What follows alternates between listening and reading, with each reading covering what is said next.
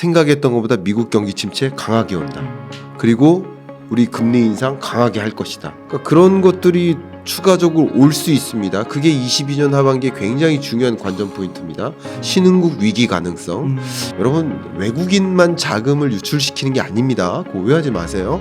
여러분들도 자금을 유출시키고 있어요. 오늘은 경제 읽어주는 남자 김광석 교수님과 이야기를 나눠보도록 하겠습니다. 교수님 안녕하세요. 네, 안녕하세요. 경제 읽어주는 남자 김광석입니다.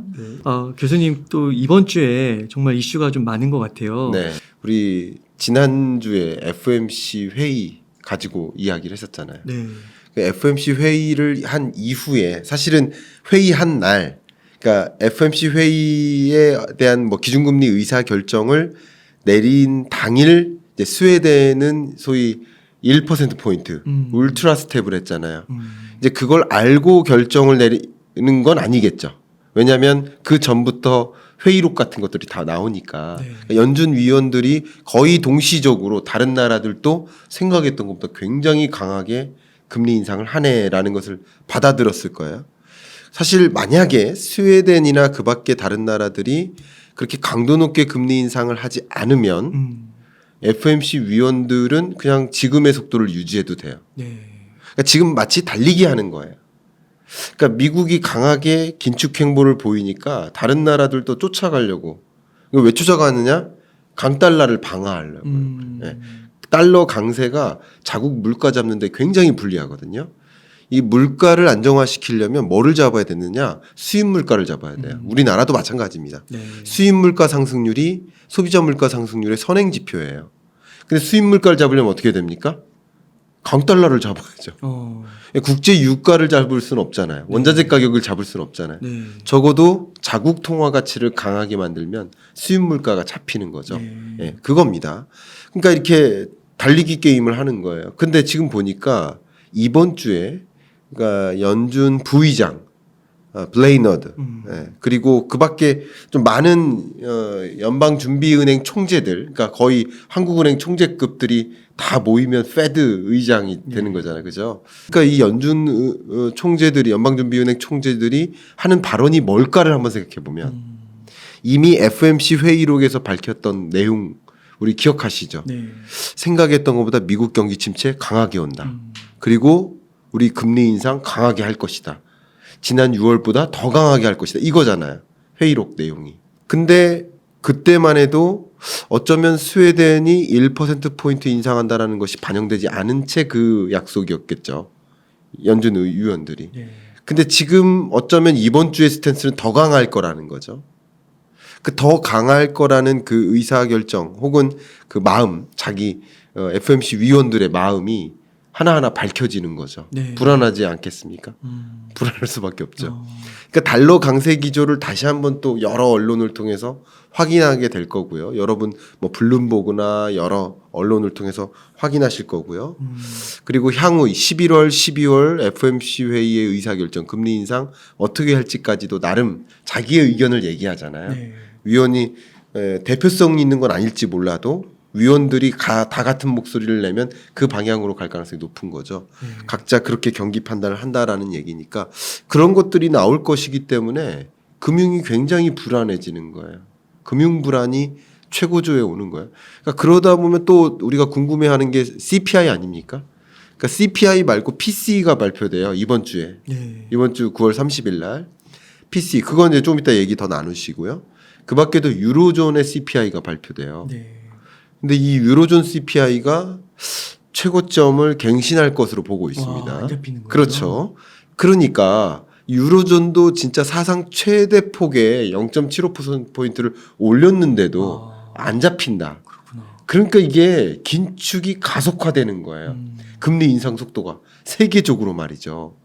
이런 과정 속에서 뭐 일본은 구두 개입도 하고 위안화도 뭐 개입하고 외환시장 개입을 하는 거죠. 자국 환율을 잡아서 강달러를 막아서 자국 물가를 또 잡아야 되니까 그런 여러 가지 현상들이 맞부딪히니까 또 파운드화는 이 와중에 역사상 최저치를 기록하고 그런 것들이 금융 불안이고 금융 불안 과정은 또 다른 불확실성이죠, 그죠? 불확실하다고 느낄 때 많은 돈은 어디로 움직일까요? 본인이 투자를 해야 된다, 웅달님이. 달러로. 그 달러 안전자산으로 어쨌든 해야 될 거 아니에요. 그러니까 이 와중에 달러 강세가 더 나오는 거예요.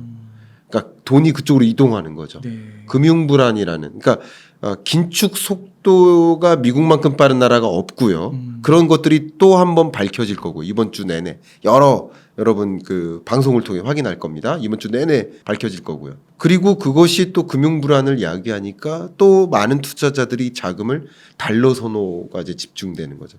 그런 과정에서 소위 말하는 정말 킹달러라는 단어가 나올 수밖에 없는 것이죠. 1,400을 뚫고 이제 1,500 가느냐 이런 불안한 그런 감정들이 더 생길 수밖에 없는 국면인 거죠. 이 궁금한 게 연일 네. 총재들은 네. 강달러를 원하는 건가요? 네. 그러니까 이거는요. 숙제가 뭐냐인 거예요. 제가 긴축의 시대 책 가지고 나왔을 때도 그 말씀 드렸는데 2020년, 21년은 그 나라의 숙제가 인플레가 아닌 거죠. 경기 부양인 거죠. 그죠? 네. 코로나19 충격으로부터 빨리 벗어나자. 그러니까 가장 중요한 게 백신 보급하고 경기 부양이 중요하니까 낮은 금리를 계속 유지하고. 그죠? 유동성 공급 여전히 하고. 이게 그 자국 경제의 핵심이에요. 그럼 경기 부양이라는 측면에서는 강달러가 유리할까요? 약달러가 유리해요. 약달러여야 자국에서 수출하기가 좋잖아요. 그리고 굉장히 중요한 인플레 감축법에도 담겨 있는 굉장히 중요한 메시지가 뭐예요? 외국 기업들아 미국으로 와라. 그럼 미국에서 제조하고 미국에서 수출하려면 약달러가 유리한 거죠. 강달러면 수출 되겠습니까? 네. 그렇죠. 네. 그런 여러 가지 면에서 경기 부양이 숙제인 그 시점에는 당연히 약달러가 유리한 거예요. 무역 적자도 해소해야 되고 뭐 이런 것들. 물론 만성 무역 적자국이지만. 근데 한번 생각해 보세요. 중요한 게 이런 국면에서 이 미국은 바이든도 마찬가지. 이런 국면에서 22년은 인플레라는 새로운 숙제가 등장한 거예요. 네. 일단 경기보다는 인플레 잡기. 그런 이제 소위 FMC 위원들이나 파월 같은 마음이죠. 인플레이션 파이팅. 바이든도 마찬가지예요. 강달러를 원하는 거죠.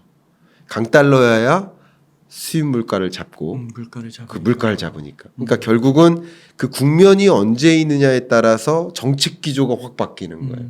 그러니까 정책 기조도 바뀌고 기업들에게 오는 환경도 바뀌고 재테크 환경도 바뀌는 거죠. 모든 게 계속 다 바뀌는 그런 양상이라고 해석하시면 될 것 같아요. 그러니까 그 달러 인덱스에 그 스웨덴 통화도 들어가는 거잖아요. 맞아요. 그러면은 그 스웨덴 크로나도 1% 올리고 네. 유럽도 막 0.7 올리고 네. 이러면 달러는 더 올리고 막 이렇게 되는 건가요? 제가 말씀드렸듯이 달리기예요. 달리기 이렇게 되는 얘네들이 그냥 토끼가 누워서 자듯이 네. 자고 있으면 그냥 아장아장 걸어도 내가 1등인데 네. 얘네들도 막 따라오는 거예요. 막. 그러니까 강달러 기조를 유지하기 위한 행보가 야. 더 나타날 수 있다는 거죠. 달리기에 달리기. 야 그렇구나. 네. 그러면 네. 이게 진짜 한도 끝도 없이 더 올라갈 수도 있는 거예요? 예, 정확히 이제 달러 인덱스에 이제 6개 기축통화국이 네. 그러니까 어떻게 보면 기축통화국끼리 달러가 얼마만큼 강한지를 확인하는 거죠. 그 6개 기축통화국들도 이제 일본 빼고는 네. 긴축 행보를 보이고 있습니다. 일본은 그럴 이유는 아직은 없고요. 예, 물론 강달러가 좀 부담이긴 하지만 네. 어떤 그런 것들이 어쩌면 미국의 긴축 행보를 더 가져올 수 있는. 제가 왜 이 말씀드리냐면 물론 FMC 회의 결과가 나오기 전에 우리 찍을 때 이미 스웨덴이 1%포인트 먼저 인상했잖아요. 맞아. 그러니까 그게 사후적인 거 아니냐라고 생각하실 분들도 있지만 이게 금통위 회의가 있거나 할 때 그 자료, 백데이터, 그 스테이트먼트라든가 그리고 포캐스팅 이 자료 있잖아요. 제가 일부를 보여드렸잖아요. PDF 파일에 있는 그 점도표. 네. 이런 것들이 발표되는 그 순간에 만들어질까요? 아니면 적어도 하루 이틀 전에는 쓰여지고 이렇게 될까요? 그렇잖아요. 네. 그거예요. 지금 제가 드린. 그러니까 그 쓰여진 이후에 스테인먼트나 혹은 그 포캐스팅 자료 그런 것들이 쓰여진 이후에 그러니까 나름 정제된 자료를 오탈자 있으면 되겠습니까? 생각해 보세요. 그렇죠. 그러니까 한국은행에서도 보도 자료 만들 때 다 검수합니다. 그러니까 그런 절차까지 있고 나서 이 FMC 회의 결과가 발표된 거 아닙니까? 근데 그 중간에 스웨덴의 금리 인상이 있었잖아요. 이거는 반영된 게 아니잖아요. 쉽게 말하면. 네. 1%포인트는 어마어마한 거니까. 그러니까 이런 기축통화국들의 행보 이런 것들이 어쩌면 미국의 금리 인상이 이거 모질하다. 이거 가지고는 안 되겠다 하는 생각을 더 갖게 만들 수도 있는 거죠. 그러니까 이게 금융 불안이 정점에 달았다는 게 네. 진짜 이게 앞으로 더 뭔가 더 극심해질 것 같은 예상도 드는데요. 네, 안타깝지만 네. 만약에 외환 위기에 처하는 나라들이 아, 작은 나라 말고 조금 큰 나라, 네. 지금은 뭐 우리 아시아에서는 스리랑카라든가 그리고 뭐 저기 방글라데시 뭐 이런 나라들이 이미 뭐 구제금융을 신청했으니까 외환 위기에 처했다라고 볼 수 있을 것 같아요. 네. 근데 이런 나라들 말고 조금 더 큰 나라들이 네. 뭐 예를 들면 인도 같은 나라 되게 불안하거든요. 터키, 인도, 아르헨티나 굉장히 불안합니다. 이런 나라들이 외환 위기에 처한다. 네. 예를 들어 디폴트 선언을 못 갚아 채무 불이행 선언, 모라토리엄 선언, 네. 혹은 이제 IMF 구제금융 이런 것들이 있으면 그게 외환 위기인 건데 외환 위기에 처하면 그 여파가 전이 됩니다. 그 전이 되는 것을 제가 지난번에 출연할 때 얘기를 해드렸는지 모르겠지만 그것을 테킬라 효과라고 합니다. 테킬라 효과. 네. 테킬라 효과가 추가적으로 설명드리면 멕시코가 이제 경제 위기가 처했는데 94년입니다. 근데 외국인 투자자들 입장에서 멕시코나 그 밖의 남미국이나 비슷하게 봐요. 우리도 그렇죠. 네. 외국인들이 서양 애들이 우리 한중일을 같이 묶어서 보잖아요. 마찬가지로 외국인 투자자들이 이 남미 국가들을 같은 국가로 보는 경향이 있어요. 같은 권역으로. 그러니까 멕시코에서 위기가 처해졌는데 이들이 다른 나라로 자금을 다른 나라들 자금도 빼는 거예요. 아르헨티나 자금도 빼고 물론 근거도 있죠. 주변국끼리 거래가 더 강하잖아요. 그런 근거도 있겠죠. 그래서 외국인들이 자금을 대거 뺍니다. 문제 없는 브라질이나 아르헨티나로부터도. 그러니까 이런 취하듯이 테킬라에 취하듯이 멕시코 위기가 주변 남미국으로 전이됐다 하는 현상이 있었어요. 네. 그리고 역시 우리나라도 IMF 외환 위기에 처할 때 당시 태국 바트화, 네. 그죠? 태국 위기가 그걸 또 바트화 효과라고 해요. 태국 위기가 그밖에 아시아 신흥국으로 위기가 전이된 적이 있었죠. 이게 같은 현상이에요. 자금을 그 해당 아시아국으로부터 자금을 이탈시키는 거예요. 그러니까 본격적으로 단기 외채가 빠져나오면서 외환 위기가 오는 거죠. 네. 못 갚는 부채가 생기는 거예요. 그러니까 그런 것들이 추가적으로 올 수 있습니다. 그게 22년 하반기에 굉장히 중요한 관전 포인트입니다. 신흥국 위기 가능성. 신흥국뿐만 아니라 유로존에 속한 여러 유럽 기업 국가들도 마찬가지예요. 좀 위험합니다. 에너지 위기에 물가 대란에 야. 고금리에 이 정말 심각한 수준이거든요. 네. 예, 그 에너지 위기라는 것이 그렇기 때문에 이게 뭐 아무 문제 없다라고 말씀드릴 수가 없는 상황인 거예요. 왜냐하면 그 위험이 전이 되니까. 네. 예, 그러니까 우리나라가 외환 위기 온다라는 근거를 아직 찾기 어렵지만 그러나 상당한 이 금융 불안에 놓일 수는 있다라고 생각을 합니다. 테킬라 효과가 어떻게 번지는지 가늠할 수는 없지만 그게 또 우리나라에도 미칠 수는 있는 미칠 수 거니까요. 있습니다. 막 쓰러져 나가고 지금 싶고. 마침 그런 국면이에요. 아. 왜냐하면 엔화하고 그리고 중국의 위안화 이 두 국가 통화가 워낙 낮아요. 가장 낮아요. 이걸 실질 실효 환율이라고 하는데 실질 실효 환율로 계산했을 때 가장 낮아요. 네. 엔화는 엄청 낮습니다. 어. 그러니까 왜냐하면 이 와중에 중국은 금리 인하하고 있고요. 일본은 마이너스 기준금리를 계속 유지하고 있어요. 세계가 막 이렇게 움직이는데. 네. 그러니까 얘네 통화 가치가 가장 절하되어 있는데 재밌게도 아시아를 대표하는 거의 기축 통화국에 해당되는 나라 아니겠어요? 아시아에서는. 네. 근데 이 두 국가가 통화 가치가 절하되니까 그냥 이 두 국가뿐만 아니라 그 밖에 다른 아시아로부터도 자금을 빼고 싶은 거예요.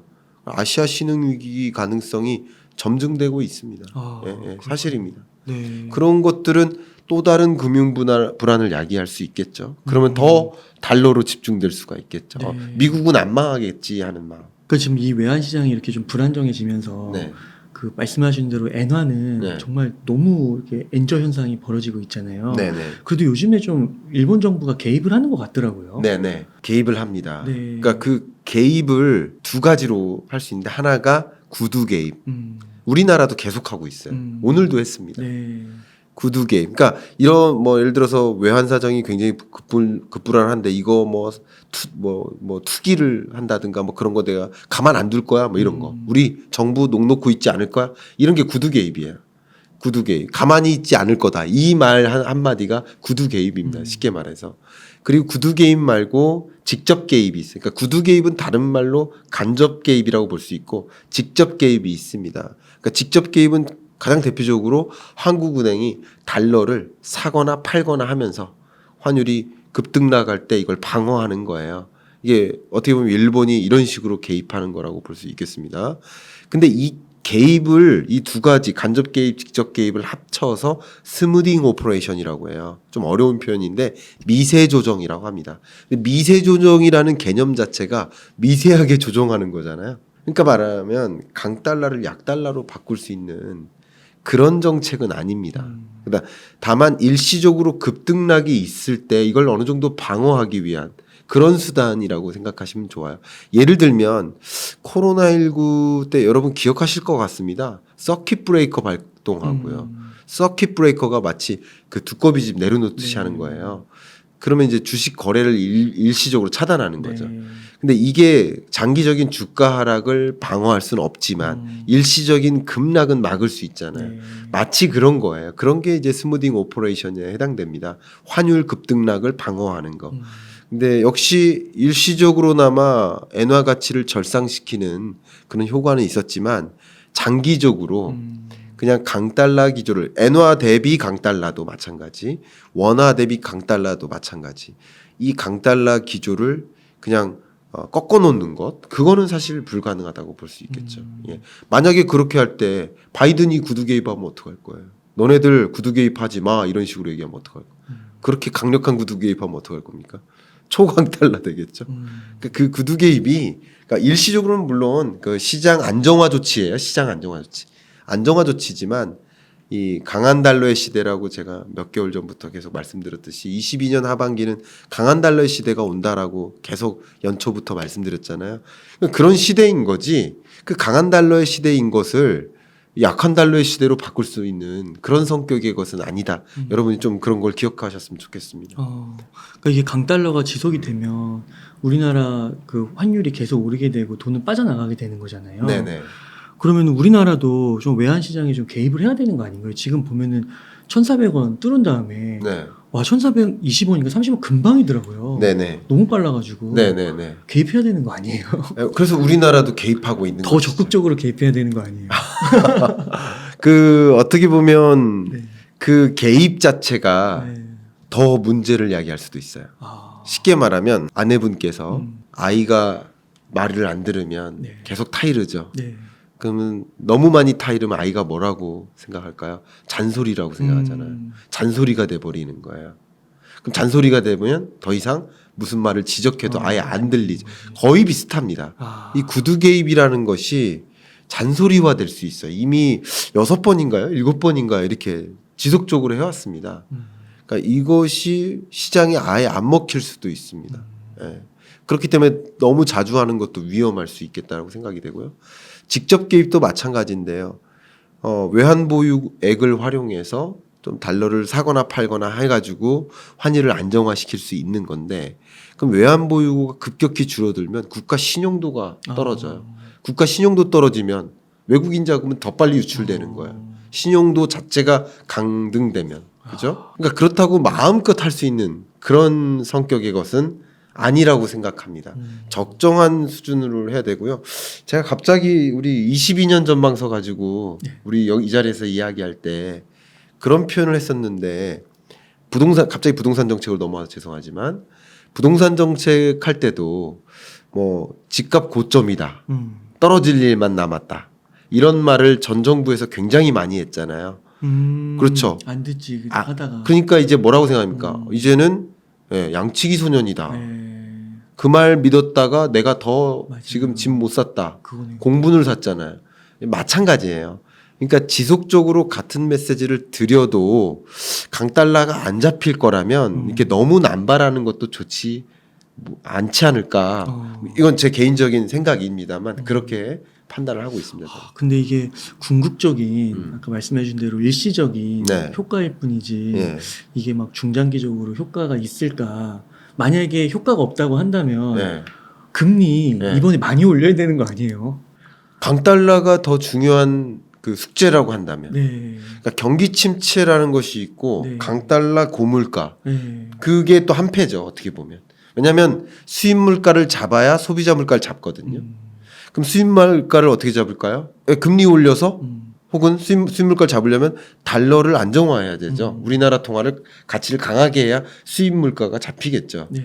그러니까 결국은 이게 한패라고 보면 좋고요. 방향, 금리 인상의 방향이라고 본다면.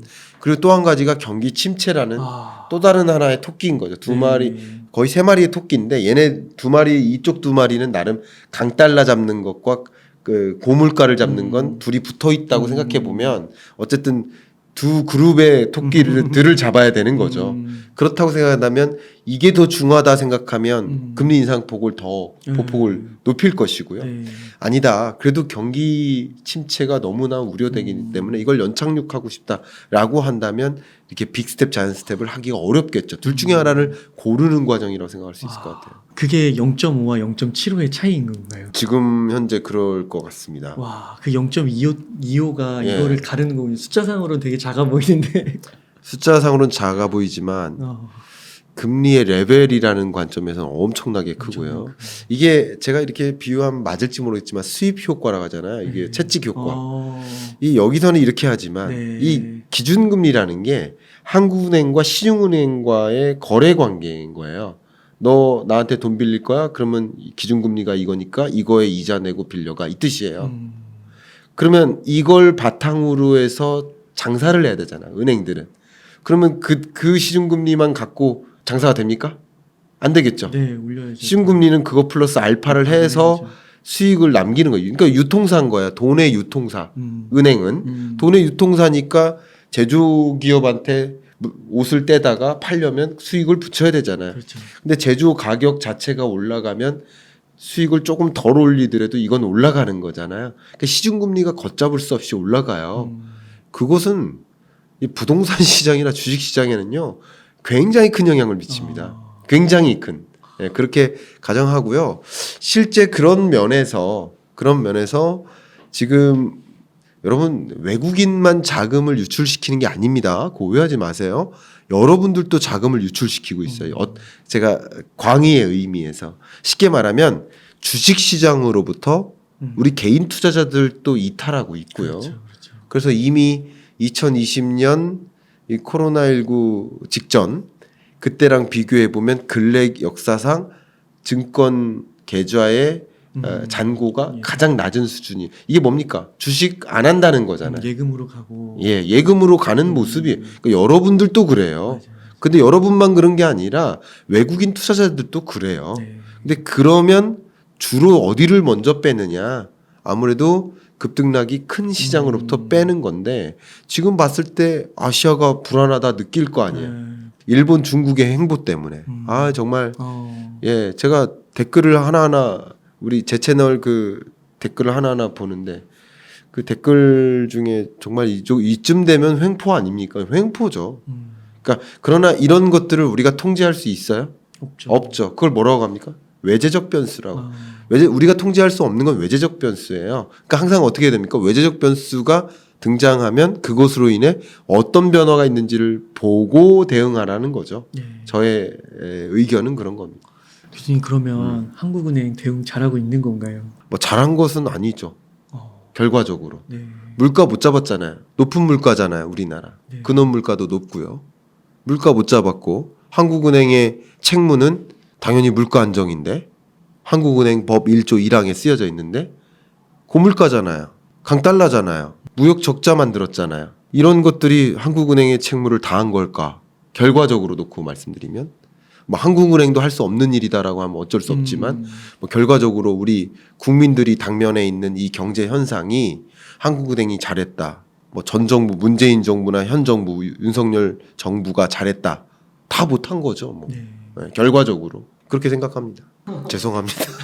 이렇게 말씀드렸어요. 이번에 금리를 어떻게 할지 되게 궁금해지네요. 제가 네. 정말 존경하는 네. 경제학의 아버지이시죠. 아담 스미스. 여러분 다 아시죠? 보이지 않는 손. 아담 스미스가 하신 말씀이 카톡 푸사에 여러 개 중에 하나에 있어요. 정확한 그 문장을 읽어드릴 수는 없지만 국민 대부분이 어렵다라고 느낀다면 그 경제가 강하다고 할 수 있나 뭐 이런 종류의 문장이에요. 국민 대부분이 지금 힘들다고 하지 않습니까? 네. 네, 복합 위기의 시대 아닙니까? 그러면 그 나라 정부가 잘한 걸까? 못한 거죠. 한국은행도 못한 거고 잘 못한 거죠. 근데 그 한국은행 입장에서도 네. 진짜 아까 좀 말씀을 해주시긴 했지만은 정말 어떻게 해야 될지 모를 수도 있을 것 같다는 생각이 드는데요. 물론 저를 시켜도 저도 못합니다. 뭐 제가 잘한다는 뜻이 아니라 누구는 그걸 해결할 수 있다는 뜻이 아니라 어쨌든 뭐 해결책을 잘 제시를 해야 될 텐데 결과적으로 잘한 거라고 보기는 어렵다 생각합니다. 네. 예. 그 환율 문제는 네. 혹시 그 통화스와프 얘기 많이 나오잖아요. 맞아요. 그 통화스와프가 좀 만약에 된다고 하면 좀 해소가 될 수 있는 건가요? 아니요. 제가 결과적으로부터 말씀드릴까요? 네. 참 재밌는 이야기예요. 마치 그러니까 지금 이야기 나오는 그 통화 수합은 한국은행과 국민연금 간의 통화 수합이 아니라 한미 통화 수합에 대해서 질문하신 것 같고, 그죠? 네. 그리고 한미 통화 수합도 일시적인 계약도 있습니다. 일시적으로 계약했었거든요. 코로나19 때. 21년 12월 말에 종료됐죠. 네. 연장했다가 종료됐죠. 네. 더 이상 그 통화 수합이 필요 없다라고 판단했던 거예요. 그때. 근데 22년에 다시 통화 수합을 체결할까? 이 통화 수합의 개념은 상설입니다. 상설. 상설 통화 수합 체계를 만들자. 근데 지금 통화 수합을 체결하고 있는 그 국가들이 다 기축통화국이죠. 예, 기축통화국. 유로존, 영국, 일본, 뭐 스웨덴 이런 나라들이 캐나다. 근데 이런 나라들은 환율 문제가 없을까? 환율 문제 있잖아요. 네. 파운드 역사상 가장 낮은 수를 떨어졌잖아요. 네.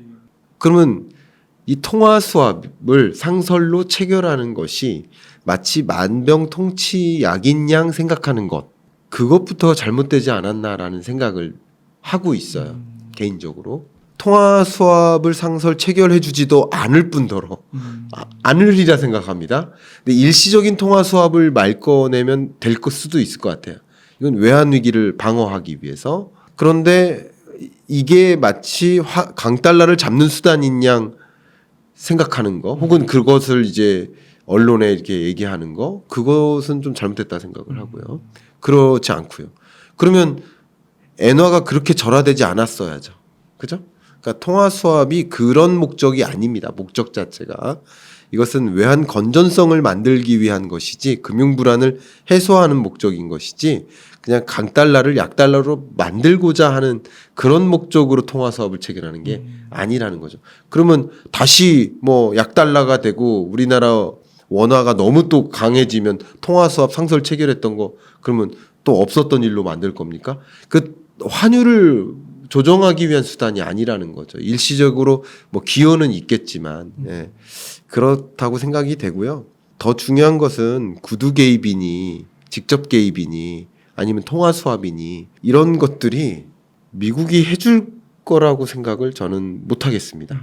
그냥 입장을 바꿔놓고 제가 미국 편 드는 것도 아니고 그렇지만 그렇다고 생각을 합니다. 그 기축통화국도 아닌데 그거를 해줄 필요가 미국의 입장에서 그러니까 통화 수합의 개념이 그런 건데 이게 환율 우리나라의 그 환율 방어를 위해서 맞아요, 좀 해준다? 네. 조금 이상한 것 이상한 것 같고요. 네. 그리고 기본적으로 그 양쪽 그 정상들이 만나 할 일이 아닙니다. 한국은행 총재와 연준 의장이 만나서 할 일이죠. 네. 예, 그것은 어떻게 보면 통화 정책인 거죠. 통화 스와프는 통화 정책이지 재정 정책이 아니거든요. 이게 분리되어 있거든요. 그런데 왜 정상이 만나서 통화 수합을 물론 말도 못 꺼내셨지만 그것을 의제로 가져가는 것도 조금 저는 개인적으로 이해가 제가 지식이 부족해서일 수도 있습니다만 제 수준에서는 좀 잘 이해가 안 가는. 아 근데 교수님 설명을 듣고 이렇게 되니까 진짜 그 통화스와프를 좀 약간 만병통치약처럼 얘기를 하고 네. 그 통화스와프가 정말 이런 강달러 흐름을 조금이라도 막을 수 있는 그렇게 얘기를 하는 보도가 좀 이상하게 느껴지는데요 지금.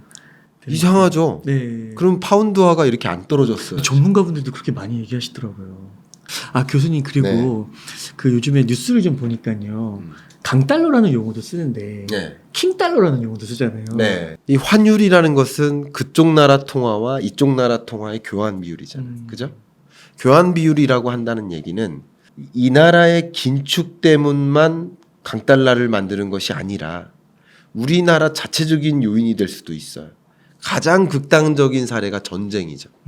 우리나라 그럴 일이 있어서는 안 되지만 우리나라에 만약에 전쟁이 터진다고 해보세요. 그럼 원화 가치가 어떻게 될까요? 완전 떨어지잖아요. 완전 떨어지죠. 네, 그런 거예요. 그런 일들이 일어날 수 있어요. 특히 외환 위기 터진다. 뭐 그럴 때는 원화 가치가 급락할 겁니다. 예, 급락하고 여러분 신흥국들 같은 데는 뭐 이렇게 박스에다가 종이 담아가지고 맞아요. 이걸 통째로 뭐 계란 한 판관하고 바꾸는 그런 일 있잖아요. 그런 일들이 그런 거예요. 일종의. 그거는 그 나라 경제가 펀더멘탈이 완전히 무너질 때예요. 그러니까 이게 극단적인 사례지만 이 통화 가치는 이 환율이라는 것은 교환 비율이기 때문에 그냥 우리나라 대비 달러 가치가 강하면 강달러라고 할 수 있는데 킹달러는 뭐냐면 미국 혼자 왕이고요. 나머지 애들은 다 도토리예요. 나쁘게 말하면 신하예요. 네. 왕과 신하예요. 그만큼 달러 강세가 굉장히 높고요. 나머지 모든 세계 모든 기축통화국들도 포함해서 심지어 기축통화국들이 더 쭈그리고 있다니까요. 통화스와프를 체결한 기축통화국들은 더 쭈그리고 있다고요. 통화스왑이 만병통치약이 아니라는 거예요. 네. 제가 드리는 이야기는. 근데 이게 제 도토리라고 표현한 이유, 도토리 키제기 때문에 그래요. 도토리 키제봐야 다 똑같잖아요. 근데 우리나라는 그 도토리 중에 강해요. 그러니까 한국은행이 얘기하는 거예요. 지금 이런 현상은 우리나라만의 문제가 아니고 글로벌한 현상이기 때문에 이게 우리나라의 외환 위기를 부추기진 않는다. 그래서 이것 때문에 굳이 자이언트 스텝까지 미국만큼 금리 인상 행보를 해나갈 필요는 없는 거다라고 얘기를 하는 거예요. 네. 어쩌면 대중분들이 그 이야기를 가지고 충분히 메시지를 이해하셨으면 좋겠습니다. 그런 일이에요. 근데 강달러이면 다른 나라 통화도 상대적으로 강하거나 예를 들어서 강달러, 강유로화, 뭐 강엔화, 원화 약세 만약에 이런 식이면 우리나라 수출이 어떨까요? 강하죠. 우리나라 제품의 가격이 엄청나게 떨어지는 거고 수출 기업들의 채산성이 엄청나게 올라가는 거예요. 엄청난 절호의 기회입니다. 수출이라는 측면만 본다면. 근데 강달러일 땐 그렇지만 킹달러일 때는 미국을 제외한 나머지 통화들을 비교하면 그래도 이 중에 나름 긴축 행보를 계속 유지해왔던 우리나라는 도토리 중에 커요. 큰 도토리예요. 밤이라고 해볼게요. 나머지 도토리인데. 그러니까 수출 경합도가 높잖아요. 중국하고 일본. 이걸 수출 경합도라고 하는데 이게 무슨 말이냐면 우리나라도 자동차 수출하고 일본도 자동차 수출해요. 수출 품목이 유사해요. 한중일이. 유사한 애들끼리 중국하고 일본은 자국 통화 가치가 크게 절하됐기 때문에 얘네들은 수출 기회가 많아요. 상대적으로. 근데 우리나라는 또 상대적으로 원화 가치가 강하기 때문에 이 와중에 수출 경쟁력이 약해요. 가격 경쟁력이. 그래서 반도체나 자동차 수출이 지금 안 좋은 거예요. 그 반도체, 자동차 부품 요거 합치면 33% 정도 됩니다. 그러면 나머지 수출이 좋을래야 좋을 수도 없지만 그냥 우리나라 수출이 좋을 수가 없는 거예요. 그게 무역 수지 적자 역사상 최대치 이걸 만드는 거 아니에요. 그러니까 지금 일련의 이런 현상은 킹달러가 만드는 현상인 거지 강달러가 만드는 현상이 아니라 강달러라고 해석한다면 이런 무역 수지 적자나 이게 해소가 안 돼요. 이해가 안 가요. 그죠? 근데 킹달러기 때문에 예. 강달러는 그나마 나을 수도 있죠. 예. 뭐 그런 것들이 좀 영향이 있다. 물론 자, 한국은행 입장에서는 이렇게 자이언트나 그 이상의 강도 높은 금리 인상을 미국 따라갈 필요가 없다라는 근거가 되기도 하고요. 그죠? 이 킹달러 현상이 그런 근거도 되기도 하고요. 그러나 그것 때문에 이 킹달러 때문에 우리 실물 경제는 더 빨리 충격이 온다라는 근거가 되죠. 양면이에요, 양면. 예, 왜냐하면 무역 수지 적자를 해소하기가 어려워지는 거예요. 그런 국면이 예, 그렇게 이해가 될 수 있을 것 같습니다. 그러니까 오히려 한국은행이 베이비 스텝, 뭐 빅스텝 이 정도를 언급하는 이유가 네, 경기 침체 때문에 언급을 한다고 볼 수는 없는 건가요? 그걸 고려하는 거죠. 네. 이렇게 우리나라 물가만 잡으면 그러니까 다른 나라가 없고 그냥 개방 경제가 아니고 그냥 우리나라 자국 경제만 생각한다면 다른 거 신경 안 써도 되죠. 근데 우리나라 물가만 잡으면 되니까. 그러니까 물가는 나름 정점을 찍은 모습이에요, 실제. 정점을 찍었고 정점 대비해서는 떨어지는 모습이에요. 그러나 여전히 고물가라는 거죠. 제가 지금까지 여러분들께 강조했던 그런 표현들은 여전히 고물가지만 정점은 찍고 떨어지는 건 거의 사실입니다. 그렇기 때문에 금리 인상을 이제 해 나가면 자연히 그렇게 만나는 것인데 금리 인상을 뭐 가속할 필요까지는 없는 거예요. 그런데 미국이나 그밖에 기축통화국이나 주요국들이 다 같이 금리 인상을 쫙 단행하니까 그러니까 그것이 우리에게 압박이 되는 거죠. 나는 공부 안 하고 싶은데 친구들이 다 공부하니까 그냥 하는 거예요. 그런 것도 있거든요. 예. 그런 것처럼 그리고 이제 상대적으로 우리나라가 금리를 인상하지 않는다. 이것은 상대적으로 완화적 통화 정책이고 이해가시죠? 그렇죠, 그렇죠. 세계가 빅스텝을 하는데 우리나라만 베이비 스텝을 한다. 그럼 우리는 상대적으로 완화적 통화 정책인 거예요. 긴축적 통화 정책이 아닌 거예요. 그렇기 때문에 모든 경제가 상대적인 거기 때문에 그래서 예, 아무래도 베이비 스텝만 하기는 상당한 불안이 있다라고 판단하고 있는 것이 아닐까 생각합니다. 예. 그래서 이번에 막 입장이 바뀌어가지고 뭐 자이언트나 뭐 더 나아가서 울트라 이렇게 하는 거는 조금 생각하기 어렵고 한 빅스텝 정도로 기존에 말해왔던 대로 하게 될 가능성이 이번 주 PCE가 발표되고 또 CPI가 유로존 CPI가 발표되고 네. 그 얘기는 곧 그 다음 FMC 회의라든가 유로존 또 통화정책 방향 결정 회의라든가 여기에 상당한 영향을 미치거든요. 네. 그 결과가 예상 이상으로 또 강하다 한다면 또 바뀔 수가 있- 우리나라도 어쩔 수 없이 물론 또 우리나라 물가도 다음 주에 발표됩니다. 우리나라 물가 그것도 다음 주에 발표되겠지만 그것에 따라서 좀 방향이 많이 바뀔 수 있겠습니다만 지금으로서는 빅스텝의 무게를 두고 있다고 해석을 해볼 수 있을 것 같아요. 네. 예.